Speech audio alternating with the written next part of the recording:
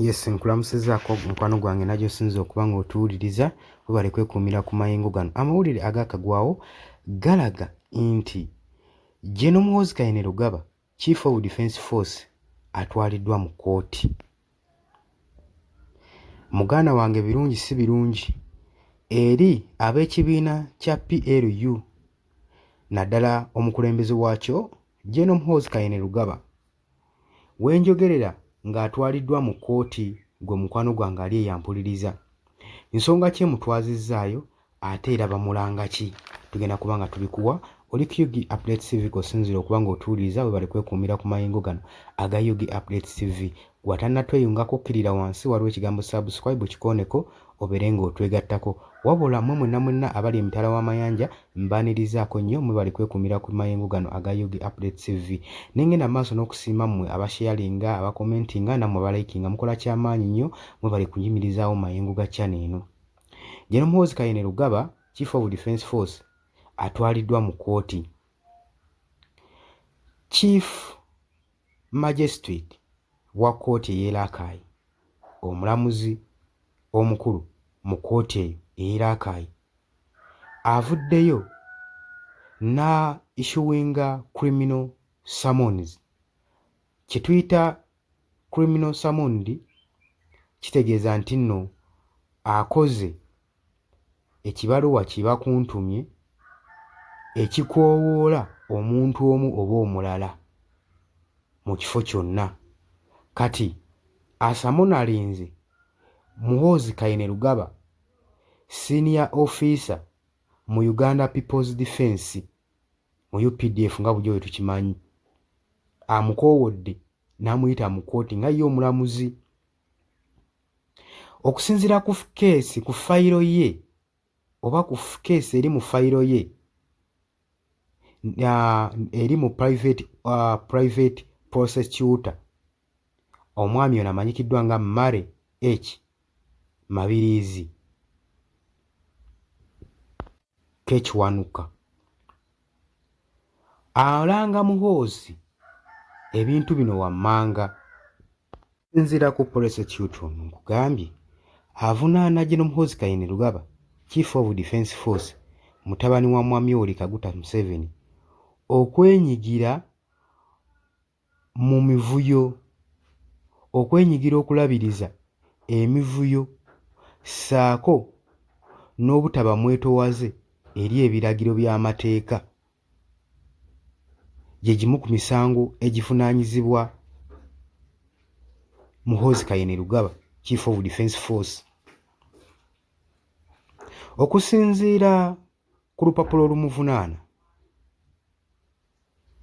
ebigambibwa bibeesingiddwa oba byesigamiddwa ku speech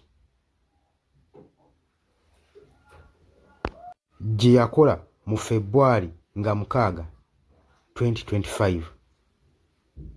Tujjukira bulungi wali eri ku Terehe Sita celebration, ku celebration eyali e Kasasa playground ekyotera district. Ebigambo speech gye yakola gwe mukwano gwange obanga ogijjukira bulungi, gw'atagijjukira ngenda kuba nga njikujjukiza ebiseera ebyo General Muhoozi Kainerugaba nga atalaze mu district ey'Ekyotera, ebigambo bye yayogera ku kiseera ekyo, speech gye yawa yeviiriddeko prosecutor ono okuba nga amukuba mu kkooti. Tuba tujjukira bulungi nnyo we yali addressinga public, General Muhoozi Kainerugaba yavaayo n'akkaatiriza oba n'anokolayo ku nsonga ya Supreme Court ruling eya 2021 eyali egezezaako okuba ng'ebaaringa oba ng'ekugira General Court Martial okuhandlinga criminal offences.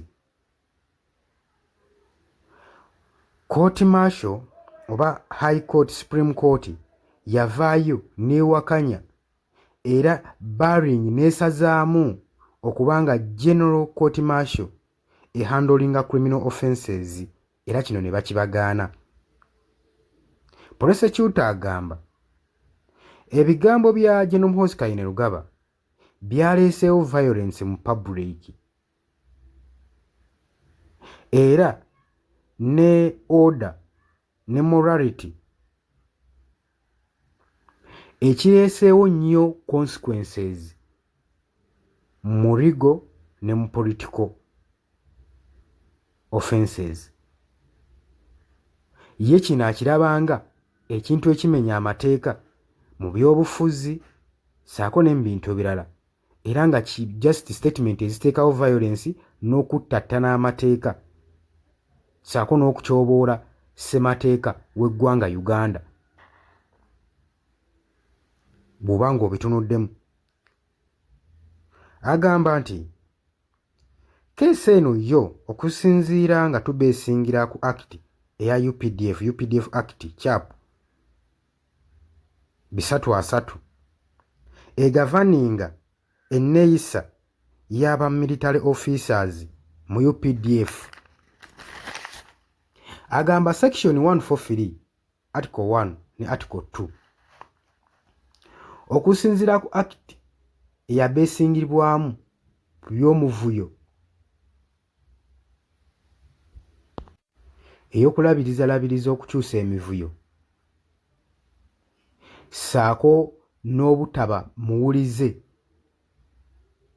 mu bintu nga bino ebimu oba ku mateeka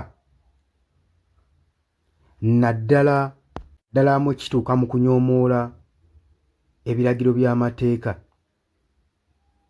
Eno nno kyagi esapootingibwa ne section 103 eya Penal Code Act.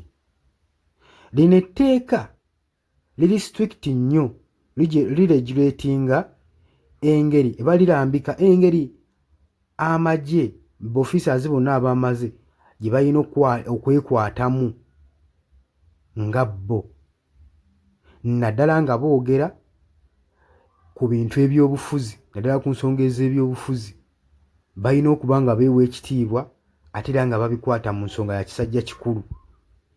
Muhoozi Kainerugaba w'enjogera bamukubye mu kkooti mu mbuga z'amateeka ku nnaku z'omwezi ezitannaba kubanga zitutegeezebwa. Wabula Muhoozi Kainerugaba tannavaayo kwogera ku nsonga eno naye nga tumanyi ajja giddamu na mu ngeri ya mwanguka nga bulijjo tujja tukiraba wano cabinet meeting yamuyita wali ku parliament bye yagiddamu twabiwulira bulungi nnyo mukwano gwange bwe yabatiisatiisa n'abagamba bonna ajja basiba busibi kubanga bo ye tawozesebwa na baddiikuula. Iyo statement yali ya General Muhoozi Kainerugaba kati kuno tetumanyi kyagenda kuddamu akyasirise tennakuba nga respondinga. Wabula omulamuzi agenda okuba nga alamula omusango guno agenda kuba atunuuliddwako Eriisa Ejjogi. Singa tulindirire tulabe ddala Muhoozi amateeka ganaamukolako nga prosecutor waagambye ng'omulamuzi waagambye, ekyo kyo buli omuntu kyalinze okulaba kubanga tukimanyi bulungi nnyo General Muhoozi abadde ajja yenyigira mu byobufuzi ssaako mu kutiisatiisa ba opposition leaders ensonga ng'egyetunuulirwa bwangi gye bamuyise okumuwozesa abeere ng'ayogera akana n'akataano ku byayogera n'abanyoomoola ku luno anaagonda n'agenda mu kkooti buli muntu kyatunuulidde okulaba.